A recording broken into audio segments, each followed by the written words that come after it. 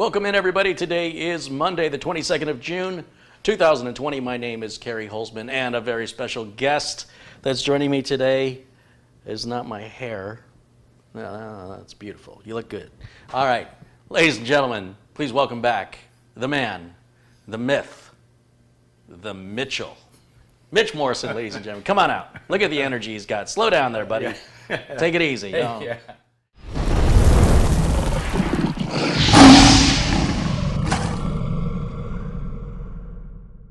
It's the Z390 Aorus Pro Wi-Fi board, same as before. Core i9 9900K, just like before.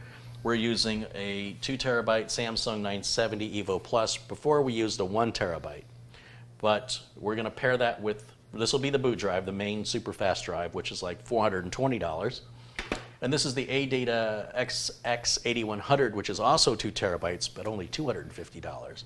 It's a little bit slower. We're not going to go with 64 gigs of Corsair Vengeance, but 32 gigs of Corsair Vengeance. And for the most part, those are the only differences. Oh, Mike wants to be able to hook up multiple monitors, and the built-in options on this board, I think it only allows for one HDMI port. He doesn't care about the power of the graphics card other than powering up to 3 monitors. So we just got a $160 GeForce GTX 1650 from Gigabyte, and that'll easily do 3 monitors. Well, super easy. Yeah, like that won't even break a sweat. So that's even overkill for what he wants. And then we're using Be Quiet's Pure Power 11. Now, Be Quiet had sent me this power supply for testing or reviewing a while back, and I couldn't find a good appropriate case to use it in. This is 700 watts, and there's a couple of things that I didn't like about it, and I just kind of set it aside, knowing that there'll come a day where it'll find its place. And so today it's perfect because modular power supplies, like what Mike wants, are very hard to acquire right now during the pandemic. So having this already in stock saved me the effort of having to just find one and then to wait however long that was going to take to get. Mike also wants the optical drive, so that's what you were holding up there a moment ago. We're going to do the Mugen 5. Look how beautiful.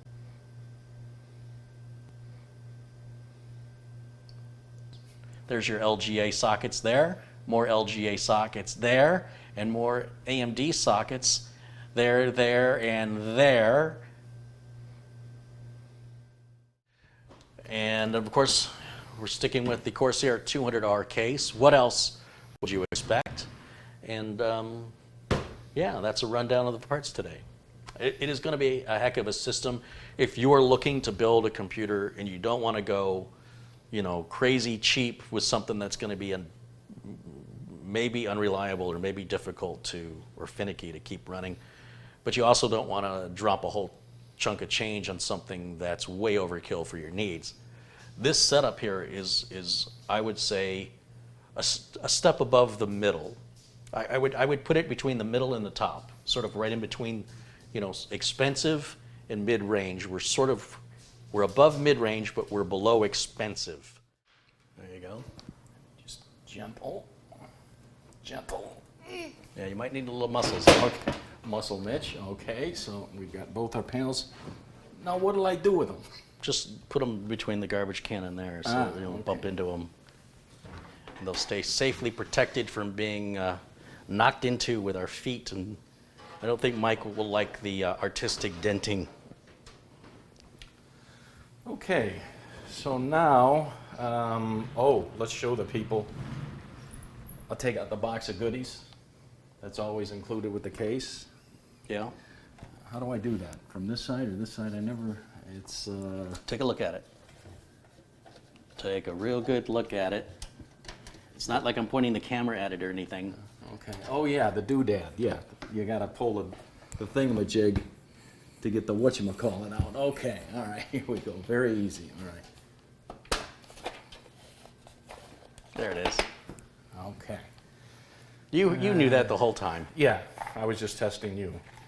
So should I open that or no? I mean, there's parts in it. What do you say? We don't need any of those things right now. Okay, all right. How about the optical drive? Okay. I'll install that. Okay, now I know Kerry likes to do this. Is it you push it out in or out? Is it Out. easier? Seriously? Out? Push straight out. Push it right out. No, I don't want to break it. No, it doesn't matter if you break it. My eye! Okay, we'll save that. All right. And watch how easy this is. Let's see if you can do it. Can he do it, ladies and gentlemen? Place your bets. Okay, no more bets. Now what are you going to do? What's stopping me now? Okay.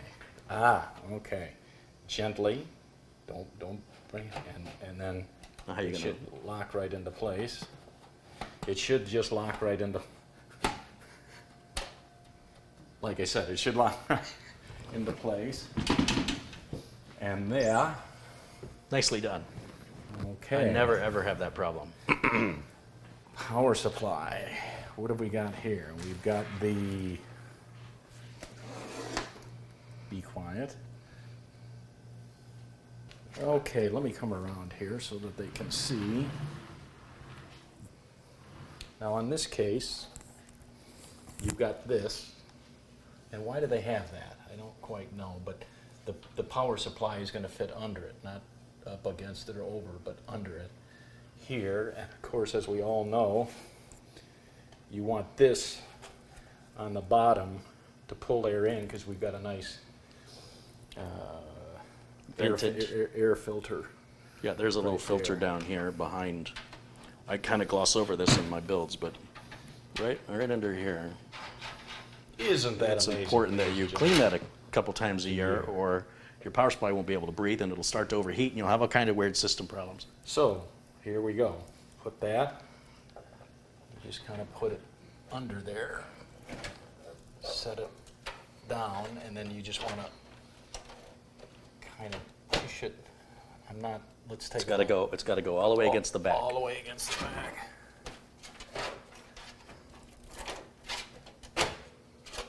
And then push it all the way back towards the back. Just like that. And now we can secure that with screws. Did it come with screws? Yeah.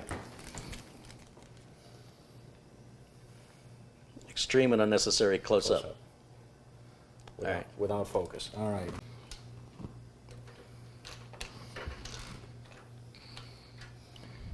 And then I'm going to let Uncle Kerry test my work and let him tighten them up. Wow, that was really loose. Did you even try? No. Muscles Mitch hasn't gone to the gym. All right.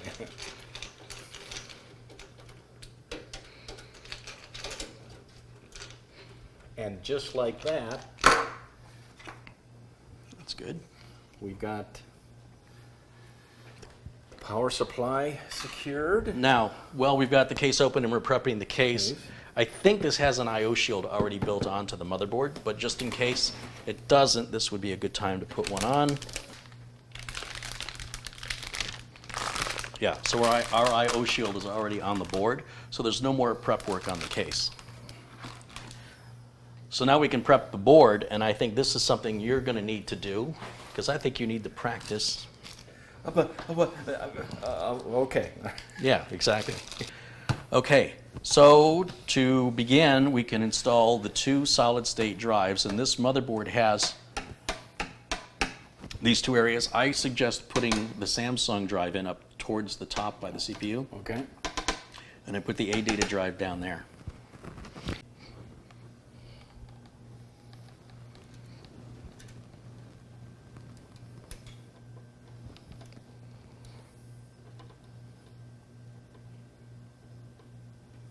You know, a screwdriver might help. Oh, here's one right here.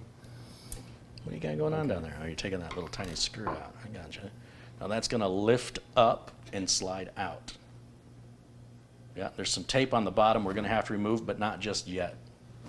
So that top slot, that's generally the fastest slot on the board, although I think on this board they're both the same speed, I think. But regardless, I like to keep everything consistent. So let's put the Samsung 970 Evo Plus into that slot we just made available. Oh, here's the notch right there. See that? I've had too much coffee. All right, right there. Can they see it? I can't. Yes, they can see it. Can you see it? I think that's more important. Yeah. Did I? Oh, yeah. And now it's like a little diving board So where's that going to screw down? right here How? with the screw that I unscrewed with my fingers and not the beautiful screwdriver. So this- Hold on a minute. I think you might be Oh, I need getting ahead of I yourself. need a standoff, huh? You're going to need so that screw you took out comes from over there. But we need this to go here. Well, we need another one. See, that one's going to, the one that you just pointed at that exists holds the heat shield in place. The other one's going to hold the M.2 drive in place. Okay. And usually on Gigabyte boards, those standoffs are pre-installed. So I'm a little thrown right now. I thought they pre-installed those, and apparently they don't on but this. So we have to check the motherboard? We'll have box, to open the motherboard box, and I'll tell you what, just hold the board up for me. Just grab it and just hold it by the edges or whatever. And then yeah. Let's look in here, and we should have in here, let's see, we've got the Wi-Fi antennas. Big bag, one little tiny part in it. That sounds right. Another big bag with another little Doodad. tiny. So we're going to need both standoffs because we're going to use both M.2 drives. And then we need the screws. So there's one bag with this whole bag for that one little tiny screw right there. And there should be one more little bag with, they couldn't have put all this in one bag because that wouldn't do good for the plastic industry. There should be one more in here somewhere. Wait, was this it?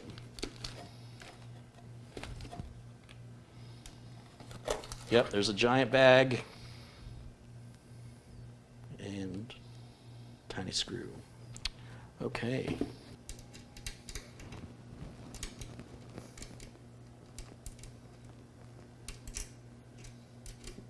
Seven years of medical school for nothing. All right, let's see. There you go. That's what I'm talking about. Yes, indeedy. And just a smidge, because I was able to finger tight it. But here, we'll just do a smidge. Good enough. You want to test my work? You don't believe me? No, I think you're Very good. going to be just spot on with that. Back again. Nachi, nachi. Nachi, nachi. Those are big words I'm using. Okay. Wait a minute, your hand is really in the way. Can you do that without using your hands? Everyone's a comedian. Okay. Yeah. Some of us are actually funny. Ho ho! Yeah, I went there. Yeah, that's what you call it, close up. I can't take this pressure.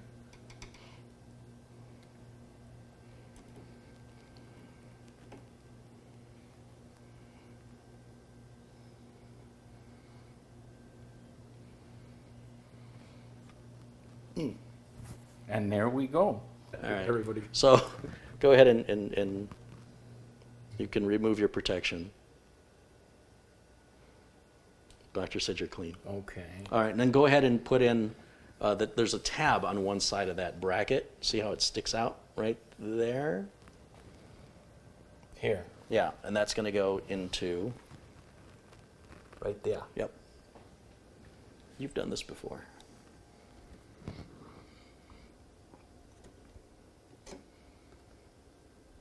Just like that, right? Or does it need to go in further? No, that's it, isn't it? Look at the other end.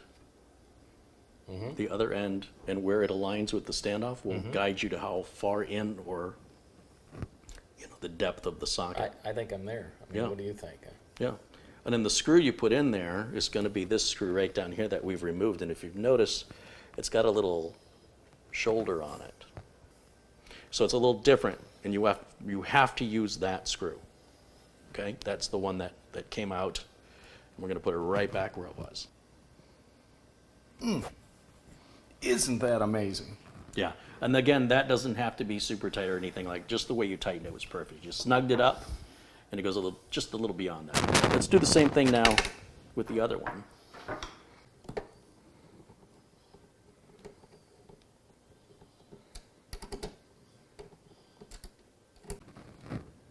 this have thermal tape? Yes. Ooh. Okay. So leave the tape on it for now.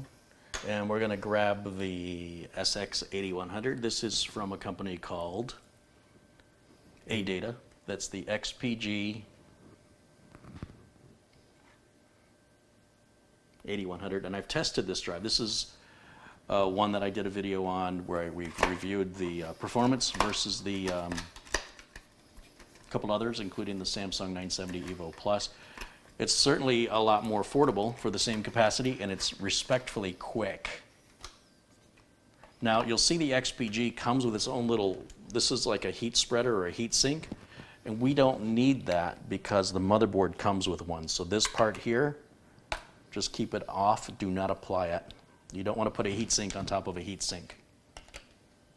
Notchy notch with the notch right there. So you're blocking me, I guess. Okay. So here we go with the notch till the fingers disappear. All right. And that is going to line up with that standoff that's already there.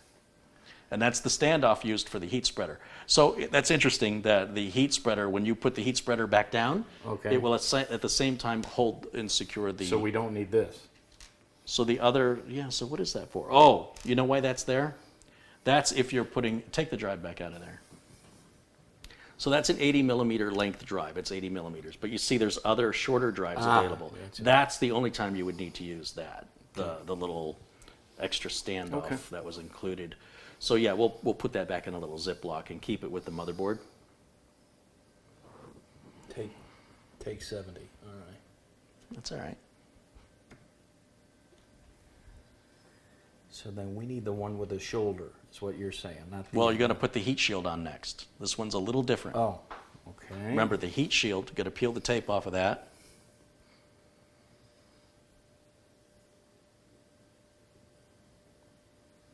You nervous, Mitch? Or? Okay. All right, and then tab into the slot.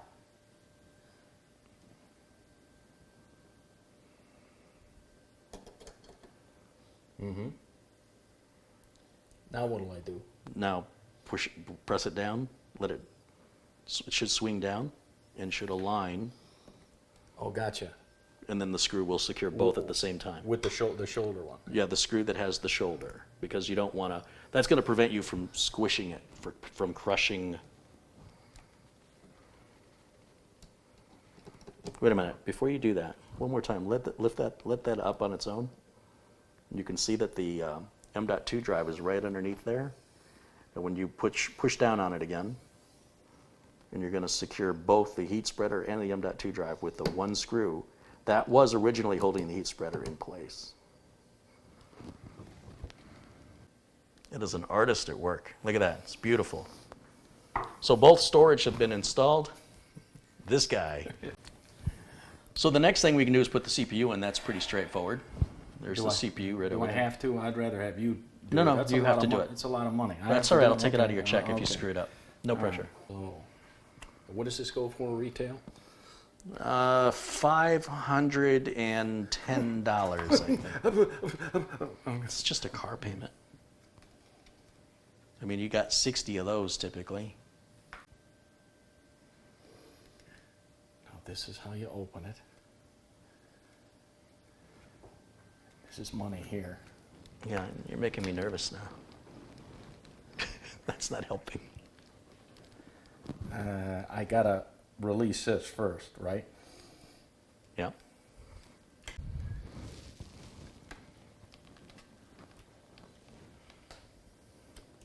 Ooh.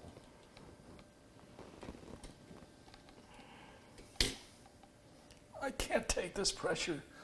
Where's my little, Hey. Oh, here's my little arrow right there. Yeah, there's a there's a white triangle that he's pointing at. And then if you look at the CPU, there should be a little gold triangle. Yep. So put the triangles together. Dun, dun, dun, dun, dun, bum, bum, bum, bum. How do you normally, you kind of go to the corners and then gently set it down, or what? You sure you don't want to do this? No, I'm finding this wildly entertaining. You're okay. so nervous. Like this, right? You kind of... Just set it down. Let it go. Don't push down on it. Just let it go. Did you see it kind of Yeah. fall in? Looks it. All right, I'll check. Yeah. That corner doesn't look like it's in. So when you put this in, there are actually little notches. There's one up in this corner, and there's one on that side. And it's only going to let you... But it's now seated. You seated it, right? Yeah, it's seated correctly. You'll see we've got the gold triangle and the white triangle together. So that's how we know which corner goes where. And then if this thing will focus again, that would be great. No, you did a fine job. I think the one corner wasn't all the way in. So what I do is I just grab it and give it a little light twist. Don't push downward on it. Right. Right. As long as you're not pushing downward on it, you shouldn't have to worry about anything. Now, people get nervous of this lever and carry, like he says, you're going to be some tension on there to put that back down for this to pop off. Yeah, it's good fried chicken.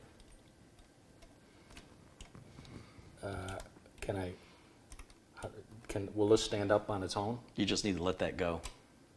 No, Oh, gotcha. no, I need you to hold the lever Oh, hold the and let lever. the lid go. Hold the lever? I'm Hold holding the lever. Yeah. Let go of the lid. No, it'll drop. No, it won't. What are you doing? Why are you not letting go of the lid? I did. Okay. Now it has to go under that, Okay. right? I'm saying pull back on the lever a little bit. Oh, there we go. All right. Now let the lever go. Yeah. Okay. All right. Now is the little fork going underneath that screw? Mm-hmm. Then push the lever forward with all your might, all your strength. Muster it up, and then pull that lever to the side and latch it underneath the clip, and remove the plastic covering and save that for a rainy day. You did it. Now here is the back plate for the cooler, and can you see again the rubber? Is that yeah? What do you call it? This goes against the back of the motherboard, The foam pads. the foam pads. Because the other side of that back plate, It's metal, bare metal. and you don't want that.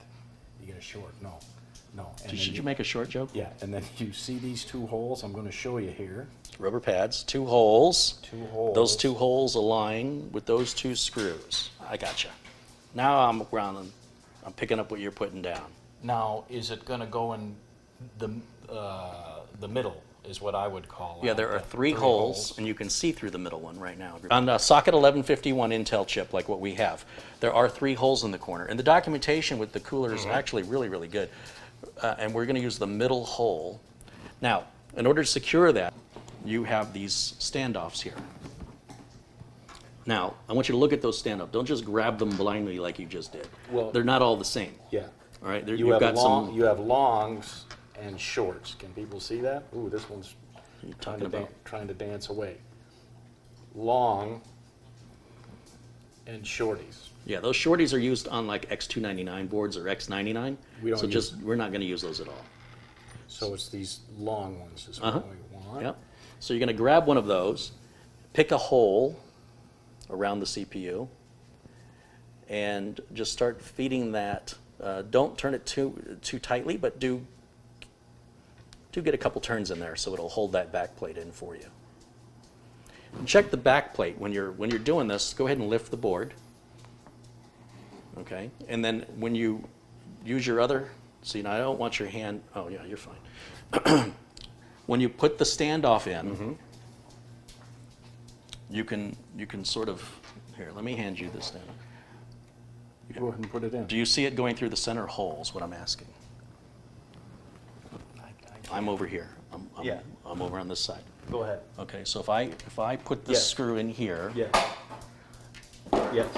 look at the dog has decided it's. Okay. What are you doing, Lyle? Really? You screwball. Yeah. All right, sorry. What was I doing? Yeah. Right there. So it's going to go there, and then as I turn it, you should see it starting or coming through Yes, I do. the third I do point. too. Okay? Now, do the opposite corner.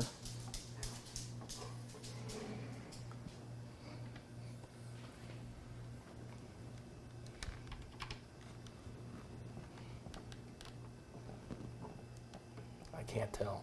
That's okay. Go ahead and take a look. Flip the board back up. And do you see the screw started in the opposite corner? All right, and then you'll see that one up there. See how it's both in the middle hole. Now, these other two corners, they're already aligned. They're not going to budge because you've already started those two standoffs. You can set the board down and let everything go as far as, holding that backplate in position. Manually is no longer required.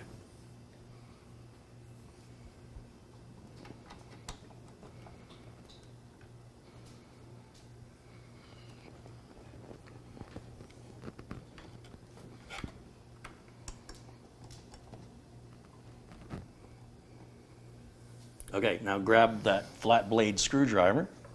This one? Yep. Which one you got? Show me. Ooh, that's like out of those $16 computer toolkit bags. And just go ahead and tighten those down and just do opposite corners when you do it.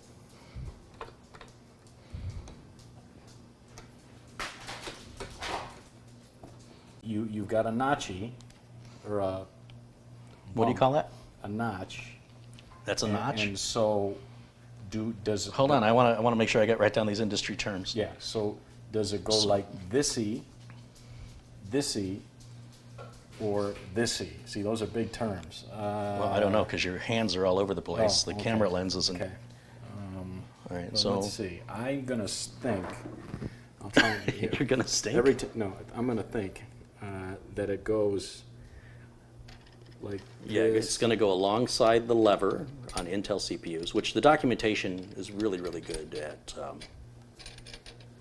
Like that. Is that right? With the hump up, not the other way around. Correct. Okay. And these screws.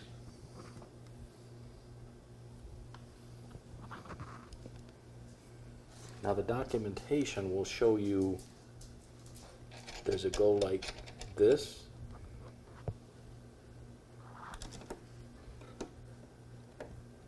I'll just start it.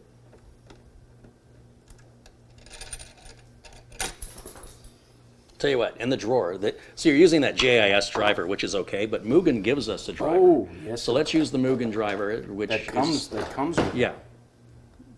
There we go. And that will just fit into the head of the screw a bit better, a little tighter.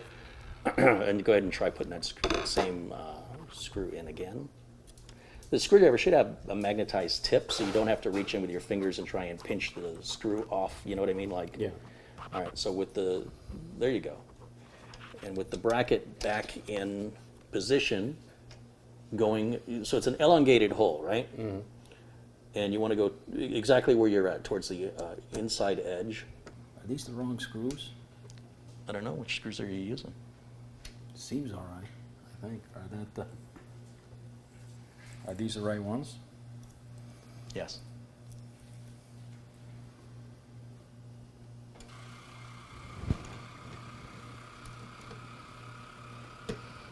Your hand is just perfectly in the shot.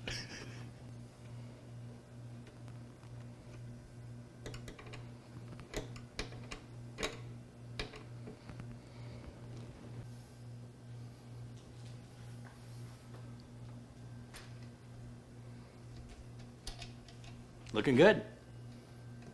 Now remember, the way Mitch is doing this, he's sideways. I want you to see the way the motherboard is sideways. Now, when you do this at home, you would probably be more where I'm standing, straight on.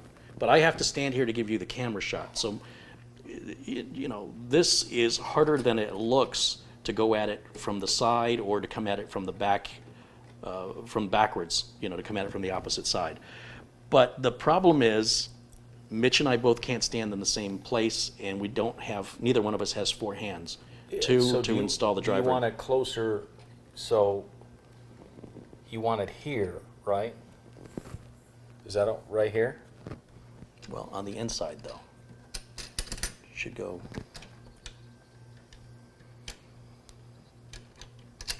On the inside. A little sound. Ooh. Is that screwdriver getting heavy? You need to sit down? Get you some Gatorade? On the inside.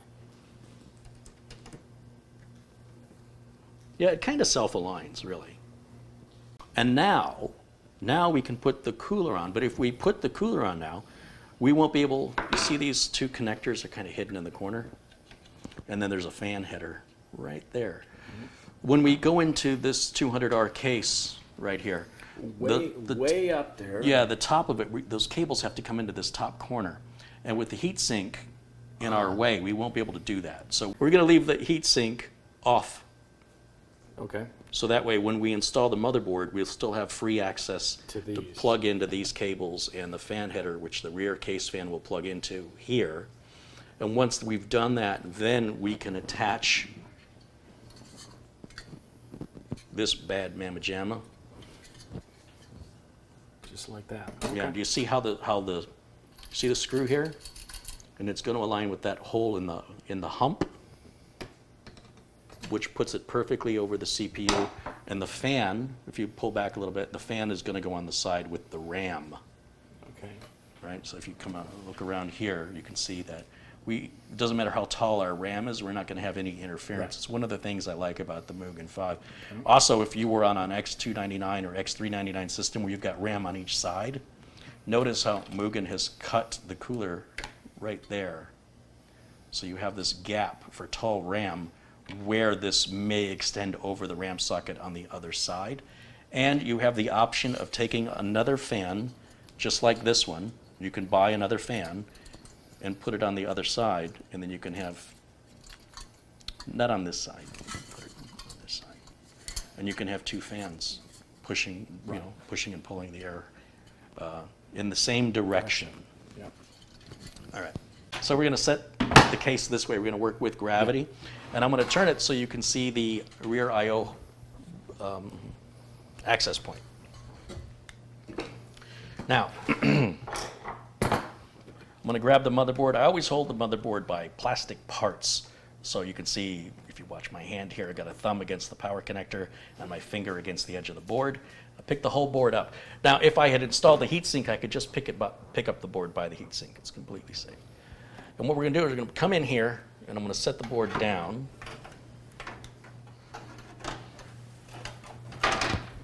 And I know you just got yourself in a comfortable position, but I need you to stand up for a minute. Sound effects. Oh. And if you look, you can see there's going to be some interference with this fan cable. If I don't clear that out now, the motherboard isn't going to seat properly, and if I start shoving it and everything, I might cut into that Right. cable, and that would not be good. So this is a time for you to move things around and out of your way. And if you really struggle with this fan for any reason, it's simply 4 screws back here. Simple to take the fan out so that you have the freedom you need to secure your board properly. If your case or your tools or whatever reason, don't force yourself to work around things that are just so easy to remove. And then you'll notice I also kept the power supply cables. If you look here, I left those all wire tied because otherwise they would be all over, right? So that's keeping it under control. And the front port umbilicals are also wire tied to the side of the case, which might be in our way. We might have to clear those out. But take a look here, over here. And this is our rear I/O. Now you can go back to where you were. And what I need to do is just raise up the board and this is a big motherboard. And we want to align this whole I/O cover, right, with this area. Now look up in here, since you're tall, since that's the excuse you gave me for doing this. There is a standoff on the Corsair 200R in the middle that's just a post. And the reason that post is there is to hold the board into its alignment for you to secure the screws. So that no screw is going to go in here, but this is not yet seated. You see that I know this isn't 3D, but that post is not coming through the hole yet because the board's not aligned properly. When the board is aligned properly, did you see it? There it was, yep. Right? Let's see it again. Let's see it again. Yeah, Is it still PG-13? yeah.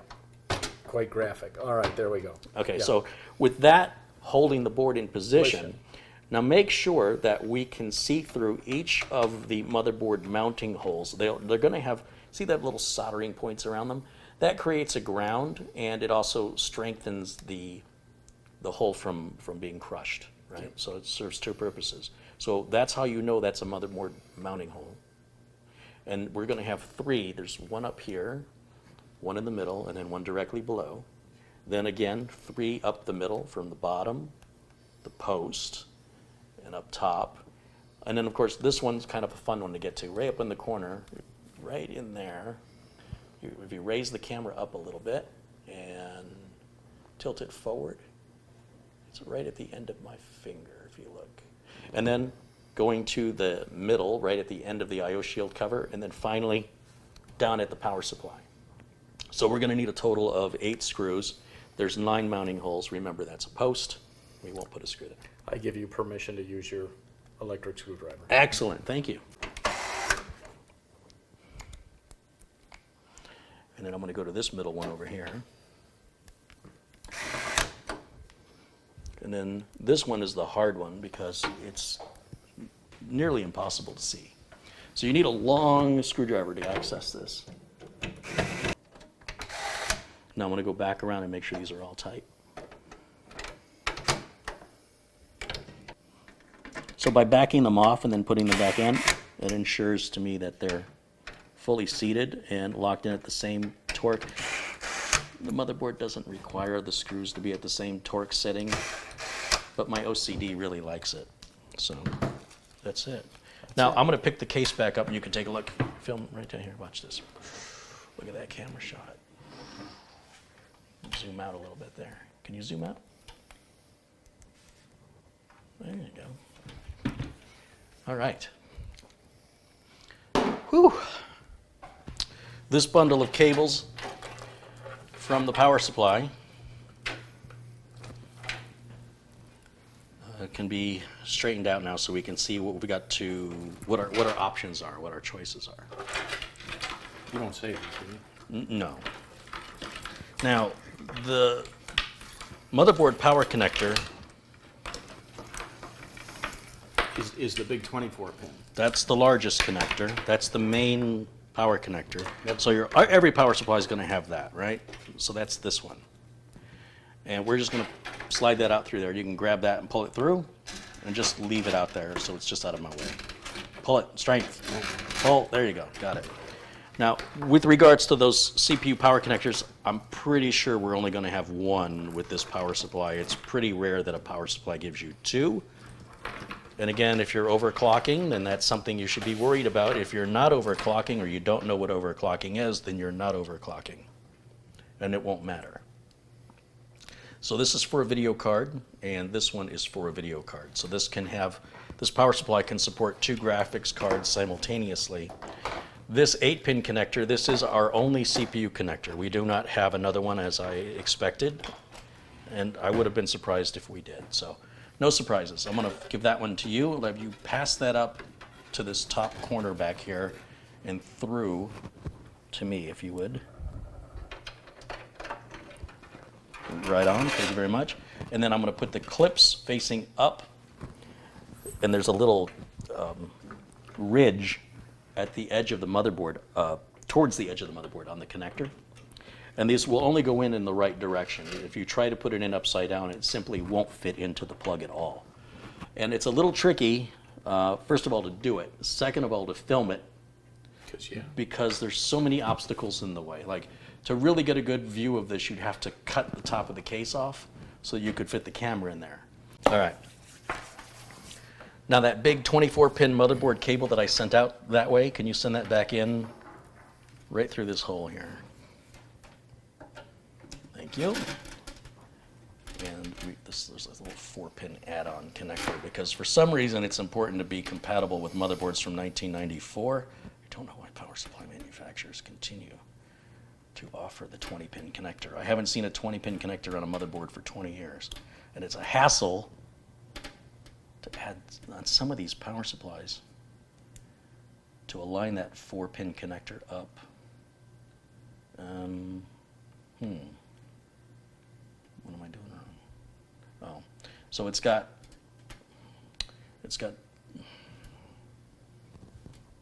little fingers on the edge of it, so it aligns only in one direction. The clip again towards the outside edge of the board. There's only one connector this looks like. You cannot put it in the wrong place, and you cannot put it on upside down. You'll push it, you wiggle it and push straight in, and you'll hear it click, and if you give it a light tug, you'll see it doesn't come off. And that's the two main power connectors for the motherboard. It's really that simple. This rear fan also plugs in up in this corner. Okay. So I want to make sure that I'm taking care of this upper corner before I put that big heat sink, which is going to be right up in here, and it's going to block access. So even though this fan isn't required for us to test the system, the heatsink is. And so we'll just get this done now. There's a 4-pin fan header. This is a 3-pin fan, and I do have close-up videos, close-up shots rather, in other videos showing how that connects. But it should be pretty obvious if you're actually doing it versus sitting at home watching. Now, when it comes to the front port umbilicals, in the motherboard box, Gigabyte's included the little G connector right here, and we're going to use that today.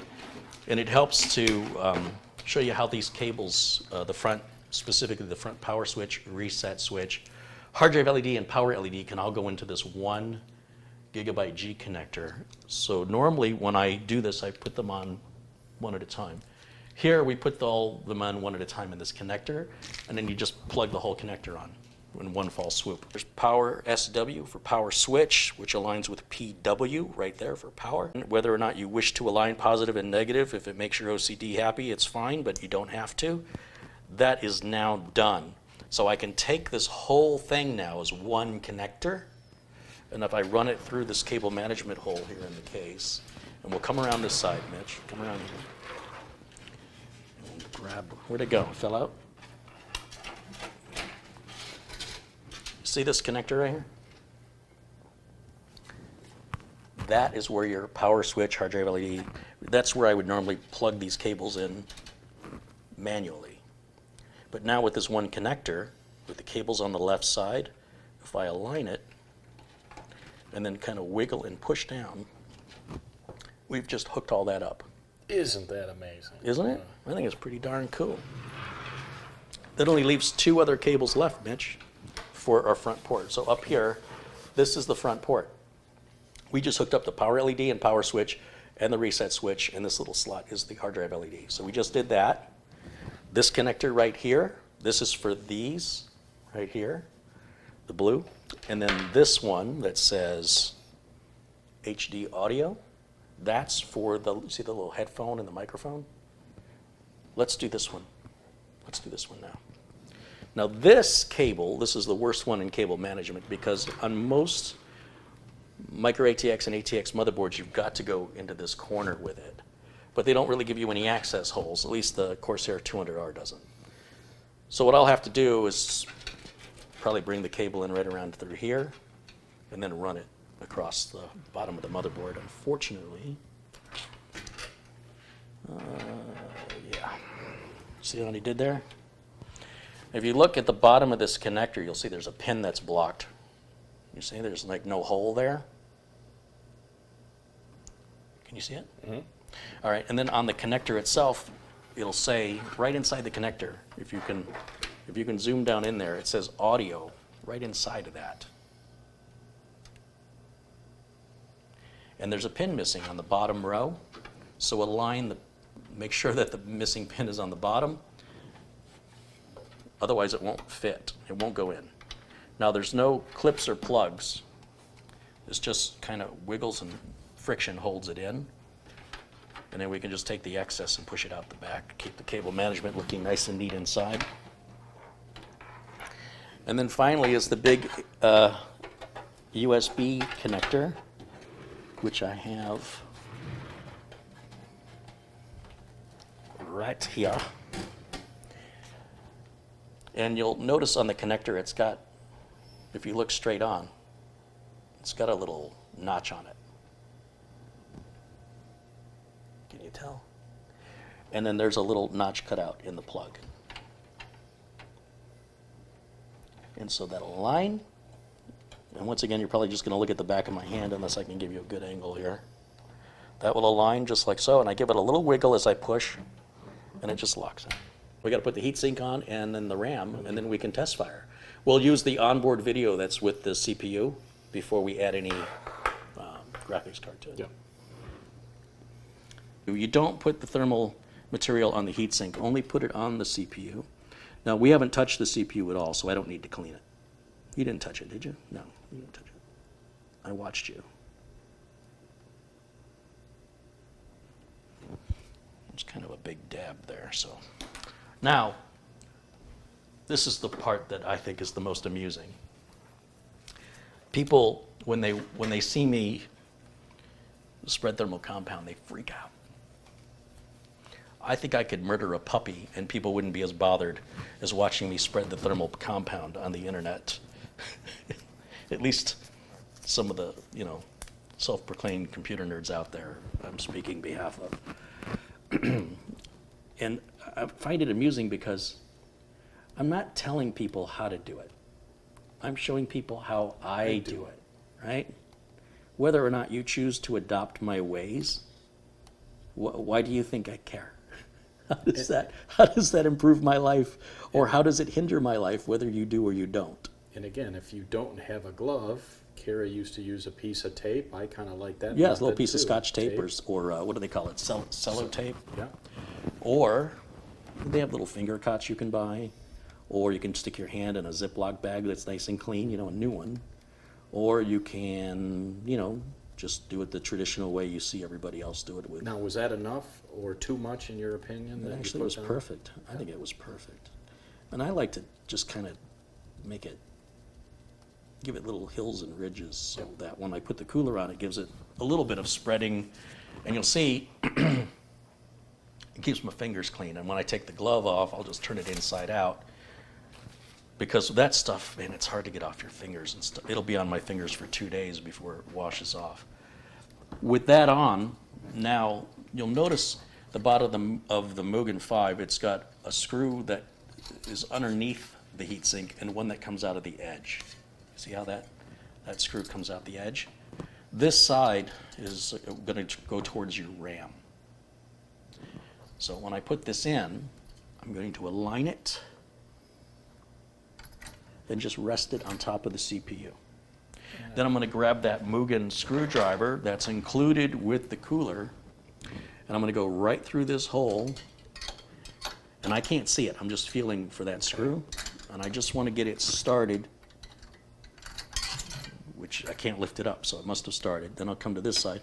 Now this one's obviously easy to see. And we'll get this one. Now I can start to tighten them down. I want to kind of tighten them equally on both sides. I don't want to tighten one side and then the other, or the cooler may sit a little side, it may not sit completely flat. Now the fan I have here, I've already cable tied it. Now is the time to do this cable management, because once it's installed, it just gets real tight in there to get any human-sized hands in there. Okay. We want the cable to come out closest to where it's going to plug into the motherboard, and we want the fan, the part that's turning here, see how the center turns on the fan? Yeah. See how the logo is upside down? But notice on this side the logo never moves. Right. So this side is the side air is coming out of. So we want to blow the air through the radiator out to the back. This one is going to be the same. If you're not sure, just make it look like the back fan. Right? So the support brackets, see on the back of the fan, the support brackets? They're right here. This fan doesn't have anything, right? Your fingers can go on. So that, again, that's the side that the air is going out of. And if you look at this rear fan, you'll see the support brackets are not visible. This is going to go in the same direction. Lots of different ways for you to identify which direction is the right way. There's even arrows written on the fan shroud, so I could talk about that for another 20 minutes if you'd like. Now what I'm going to do is I'm going to plug this into the motherboard right now, because once the fan goes in, it's going to make this hard to access. And if you look at the top of the Mugen cooler, it's got these little cutouts, and the fan fits perfectly right into that little cutout. Isn't that amazing? And what I want to do is try and make sure the fan is level, and then pull back on those little wire hangers, which hopefully you can see that really well, and it locks in. And that cooler's installed. All we have now is to put the RAM in. This is the Corsair Vengeance series of RAM. You've seen me use this a lot. I think this has a lifetime warranty. They always put this plastic over their logo, which you could leave on if you wanted to, but it drives me crazy to see RAM that's like a year old, and this is yellowed and bubbled. So I just take it off now so it'll look pretty forever. Then we're going to open all of these levers up in the RAM sockets on both sides. What I'm going to do is I'm going to install closest to the CPU first, because that's the hardest one to get to later. So think about, all right, let's get to the one that's going to be harder later. We'll do that one first. Just align the RAM into the socket. It only fits in one direction. And then using your thumbs, you'll push down each corner. You should hear it click. Right? And then we're going to skip a socket and go to the next one. Yeah. Okay, so that just easily, you notice how much force I'm using? It should fit gently into the socket. Then it does take some strength to push down and hear that click. Right? And then what I'll do is I'll pick these other retention levers up and close them, just so they're not going to snag on anything later. How's that look? That's it. So let's go ahead and put this back on its feet. And what do you say? You want to do the smoke test? Oh, yeah. All right. Everyone cross your fingers. Let me see you. All right, here's what I'm going to do. I'm going to flip the switch to the on position on the power supply. And the light just flashed on the board, which means it's getting some power. And then I'm going to switch over to their computers, their monitors. Not their computers, their monitors. So I'm going to put us in a corner, like right up in here. And it says no signal right down there because there's no Power. signal coming out. Yeah. You want to hit the power button? Yeah. If it doesn't work, it's your fault. Yeah. Now? This one or this one? This one. Yeah, the one closest to the edge of the case is the power, and the one in kind of Yeah. towards me is the reset. You ready, gang? 3, 2, 1. I see 2 fans turning.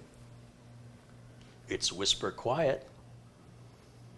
Now, this is important that you're patient. Your very first power on will take longer than subsequent power ons. The motherboard is identifying which CPU we plugged in, how much RAM, and what the specs of the RAM are, and it may turn off and on 3 or 4 times through this process. So please don't go pressing any keys on your keyboard or moving your mouse. Be patient and find your happy place, you know, and just kind of enjoy. All good things come to those who wait. Yeah, sure. And if you just give it a good 90 seconds, and after 90 seconds if nothing's happening, then you can freak out. And even then, that's just an opportunity to learn. So if this doesn't come on, then there's an opportunity to learn. And there it is. So apparently no opportunity to learn what we already know. There it was. Well, you'll notice There it's it is. cycling Yeah, yeah. through. This is all normal. And I'm there- not touching anything. My there- hands are off of it. I'm So letting that's now it. the second time. It's third. I Third counted time, 3. okay. So it should be maybe one more. More. Do it maybe 4 times. Maybe. And you'll notice, like, it happened quickly, and now it's like, wait a minute. Now it's not coming on anymore. It is. You have to relax and let it do its thing. It will come back on, I promise. I know I sound confident nothing's happening, but it always, you just deep breath, relax, it's coming. It just seems like it's taking forever. No hands. This is what first-time builders do. They go, oh, something's wrong. It came on, it went off. And they immediately turn it off and start fixing something. Yeah. Now, I'll be honest. At this point right now, I'm feeling like something should have happened. And when I feel that way, I just want to be extra sure, right? I just want to give it a little more time to adjust. And there it is. And you'll see that it just needs more time. And it's going to continue to do this until it ends up in the BIOS, which it will eventually just get into the BIOS here. Eventually, there it is. All right. So I'm going to just turn this off for a minute. This is my Windows 10 flash drive. I've got a video that shows you how you can make your own bootable Windows 10 media. It's perfectly legal. It's free. You do have to pay money to activate it, but that's how the system works. So back to I don't have a product key, Windows 10 Pro, next, end user license agreement, any minute, there it is. There you go. All right. I think at this point, what I can do now is put the graphics card in. Now we've got the GeForce GTX 1650. So we're going to use the top slot. Always use the top slot for the graphics card. We'll make sure that the catch is in the open position, the catch or the latch. And we line the graphics card up with the slot. Before you put any pressure on it, you want to make sure that it lines up correctly and will seat properly. See there, I was pushing it in a little too early and it got below the slot instead of in the slot. In order to get this to line up with the slot, I kind of have to push it this way towards the back of the case. And then I see it start to slide in. And that's where I let it go. Now I can use some muscles and push it with some force and hopefully hear that little catch there, that little plastic clip on the end. I want to hear that close and lock the card in. There it is. And now I can take those two screws that I had just removed and put them right back in to secure the card.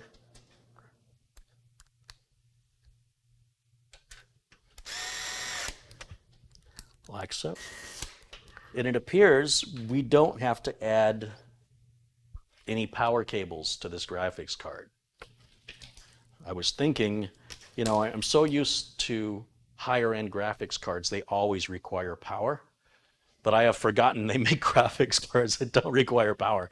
I'm like, wait, where's the power connector at? Oh yeah. All right. So what I'm going to do now is we're going to plug it back in, turn it back on, and make sure this new graphics card works okay.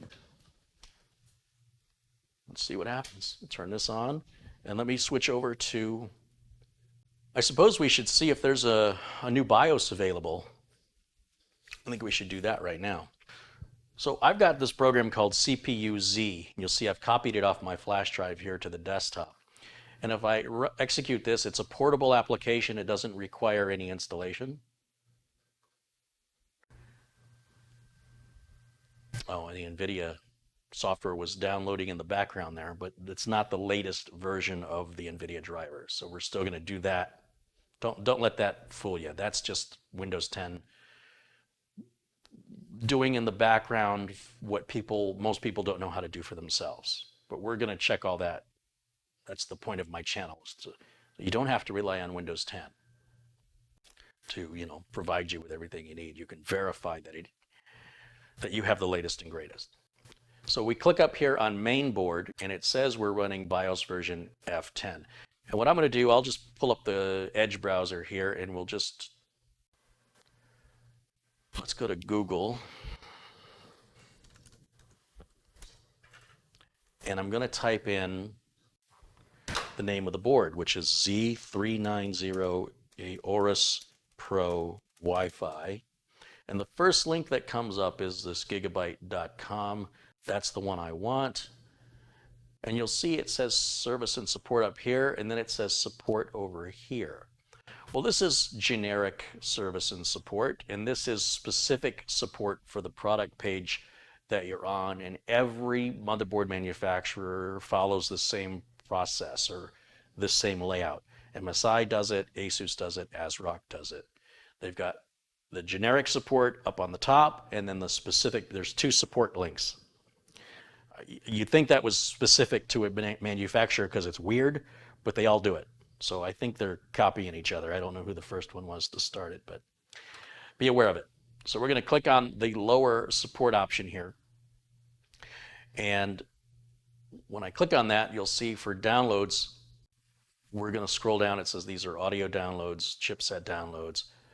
There's BIOS right there. And I've got F10, which was from June. Then there was F11 and then F12C.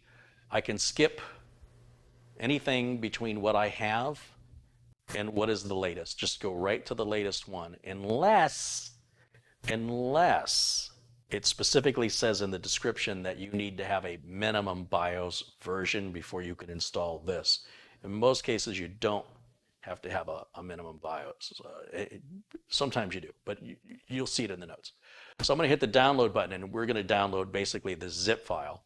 And I'm going to open the zip file with File Explorer, and then I'm just going to go up here to extract and extract all. It's going to default into the downloads folder, which is fine. And it's going to create a folder with the same name as the zip file, which can be a little confusing. Let me show you. What a zip file is it's packaged a bunch of files into one file, so I don't have to download 4 separate files. I download this one box, and then I extract it, or I empty the contents of the box, which creates this folder. And inside of this folder are the individual files. Now, in this instance, I only need the BIOS file. If Gigabyte offered me the opportunity to simply download the BIOS file straight up, that's all I needed. But they don't know how we're going to apply the BIOS. There's a lot of different ways to do it. And the way that I do it, I just need the BIOS file, which ends in at least with Gigabyte, it ends with .12c. With ASUS, it ends in .cap, and then the version of the BIOS is earlier in the file name. So each motherboard manufacturer has their own way, but they're all very similar. I have a blank flash drive. It says BIOS on it. It's just a little 2 gig flash drive I've had for many, many years. And a small flash drive, preferably formatted in FAT32, is ideal for BIOS flashing. Small meaning 8 gigs or smaller, 16 gigs or smaller. But we're only going to use a tiny little bit of that flash drive. You'll see it's just 16 megabytes is the size of the BIOS file. And I'm going to right click on it and choose copy. And then over to my flash drive, I'll hit paste. And that's going to copy that file onto this flash drive, which is blinking on and off as it should. And now I'm going to restart the computer. And I'm going to press the end key on the keyboard, END. I'm going to start, well, not yet. I have to wait for it to restart. Okay, now I can start pressing. On this keyboard, I have to hit function and the right arrow because it doesn't have all the keys of a full-size keyboard. And so as soon as I see the post screen, there we go, I can start hitting end. And you'll see in the bottom right, it says end is QFlash. That brings up, we can go into the BIOS manually by hitting delete, or with Gigabyte boards, I can hit the end button on the keyboard. Either way, it takes us to this place. I'm going to press enter, and it sees the BIOS file here. And the reason why I use a blank flash drive is I want to make sure I have no confusion over what other files might be on the flash drive, because this is a pretty critical process, and it's important that you use the right file. And even though modern motherboards won't allow you to flash an incorrect BIOS, it's inefficient for me to have to sift through a list of files to find the one I want. Therefore, flash drives are so inexpensive, I have a small flash drive that is always blank. And its sole purpose for its existence is for updating BIOSes. So that's the sole file on the flash drive. I cannot pick the wrong one, nor do I have to search the list to find it. We're going to click intact for the BIOS update, and now we just sit and wait for it to run through the update. We don't touch anything. Don't touch the keyboard. Don't touch the mouse. Just leave it alone. Let it process. And as long as you follow that rule, you're probably going to be just fine. Now, you watching this at home, you're probably not updating 20 computers a month. So you don't necessarily need to have a dedicated flash drive always on hand that's empty, although couldn't hurt. Now, the first reboot after the BIOS update, you'll see it's taking quite a while. Again, I have to encourage you to remain calm, be patient. The system is doing everything it should be doing. It would be nice if there was some way the manufacturers of motherboards could reassure you that things were working as they should, but that would require a BIOS, which it's applying right now. So kind of in a catch-22. Here we go. And we'll run CPU-Z and make sure that the BIOS version now represents 12C instead of F10. We want F12C. So let's run through the order. We'll go to CPU-Z, execute the portable file, and verify that F12C on the main board is the BIOS. There it is, F12C.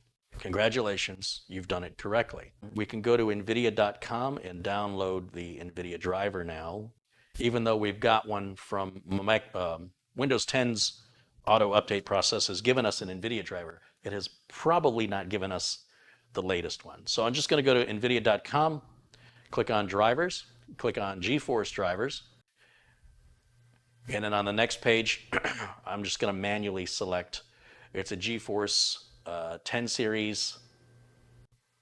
No, it's a 16 series. It's a 16 series, right? It's a 1650. So, yeah, we'll choose 1650. I don't know, is it a super? It's just a regular. Just a regular. It's all the same driver. I don't even know why. They don't really need to ask you this. You could pretty much answer any of these, and it's all going to point you to the same driver, just so you know. But anyway. 1650, Windows 10, 64-bit, yeah, English, yeah, download type all. Click Start Search. And the latest driver as of today, June 23rd, is driver version 446.14, which was released, wow, almost a month ago. That's pretty unusual. The higher end cards get more frequent driver updates, apparently. Because NVIDIA, geez, there's times where they will release a driver update within 2 weeks of each other. I'll hit download now, and it's going to grab a 535 meg file. Now, for this driver to apply, we have to restart now. We'll go ahead and restart the computer.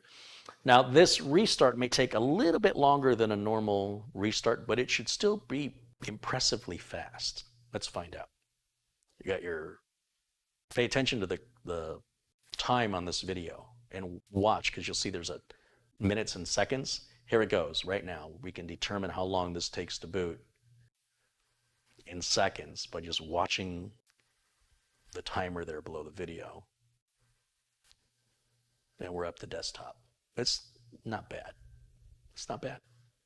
There's our Samsung SSD, and there's our D drive. I can check the Samsung drive with the Samsung Magician software I installed just a few moments before going live here. And if there's any updates, down here at the bottom, there'll be a big capital N, like new.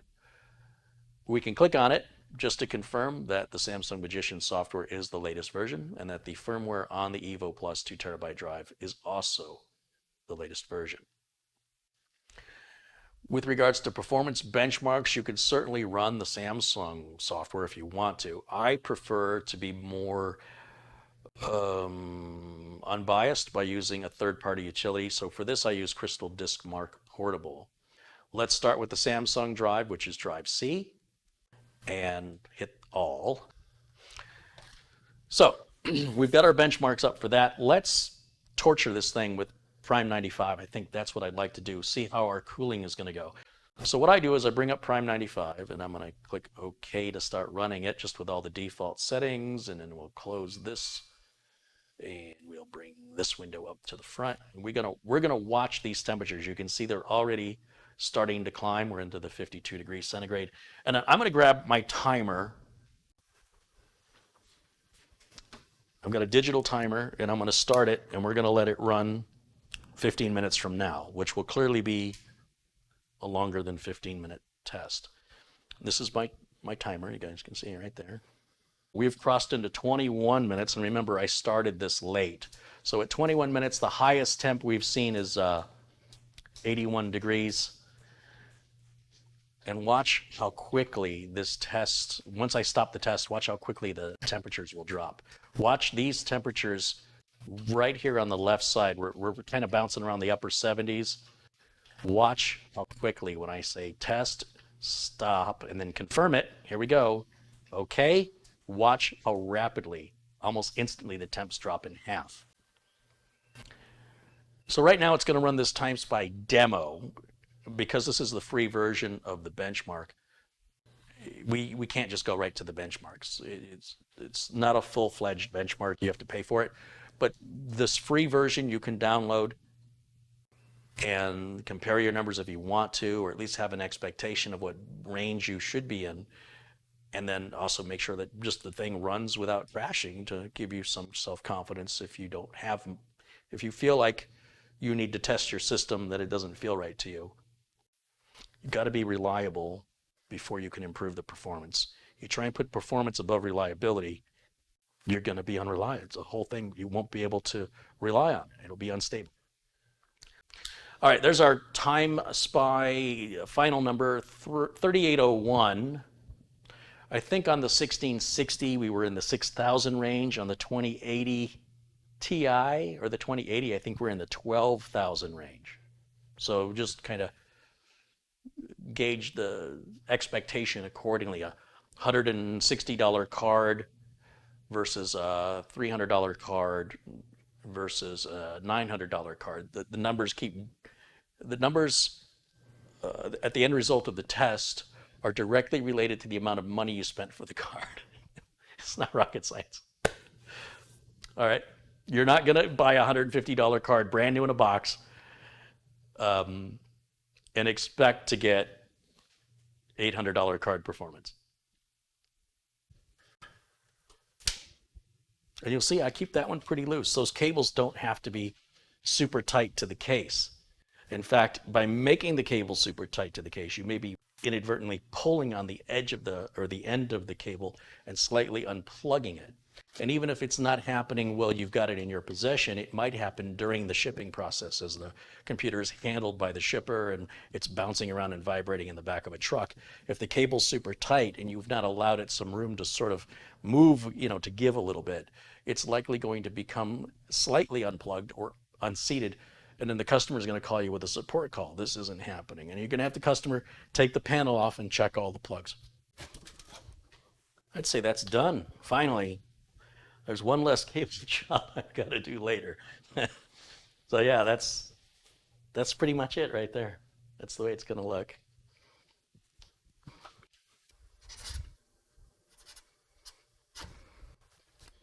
And this is 620. Very good. Very good. That looks good. We're using, how much space are we using on the drive? About 45 gigs on a new install of Windows 10 2004. Windows 10 is activated. We can look one more time at the system specifications to ensure that it sees it is a Core i9 9900K running at 3.6. It turbos up when needed. And then 32 gigs of RAM is installed and acknowledged. You'll notice that it doesn't say so many gigs of RAM are usable because it's disabled the onboard graphics card. It's done that all automatically. I've not changed anything in the BIOS. And Windows is activated. The product ID is not anything, that's not revealing anything, folks. That's just a code for Windows. It's like a barcode for Windows 10 Professional for the OEM version. Everybody who's got Windows 10 Pro OEM will have the same product ID. It's not unique to the system. You don't need to leave comments that I've exposed a product ID or something. That's not what that is. If you don't believe me, you can try it. Try and use it and see what happens. Everything looks good here. So I think that's, yeah, hard drive LED is blinking on and off. We'll go ahead and shut this down, which should happen relatively quickly, and that was quick. And I should be able then to put the panels back on, right? The final step is the very first step. The very first step was taking the panels off. The very last step will be putting the panels back in. And then on this side of it, we're going to go this way. Hopefully this will go on without too much of a fuss with those cables back there.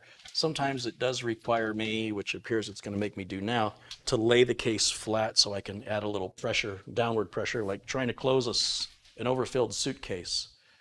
So as much as I've made these cables as flat as I can, it's still going to require a bit of downward force. It's not going to go on as easy as the other side panel did, where there's obviously nothing to potentially interfere like these cables.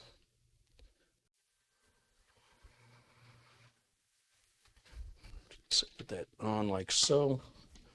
We want to push down on it. Oh, there it goes, seated there. And I sort of have to use both arms to push down and then slide forward and make sure that it's fully seated. The little tabs are fully seated into the slots. So again, thanks to everybody for watching. I'll see you all again very, very soon. And until then, Bye for now. bye for now.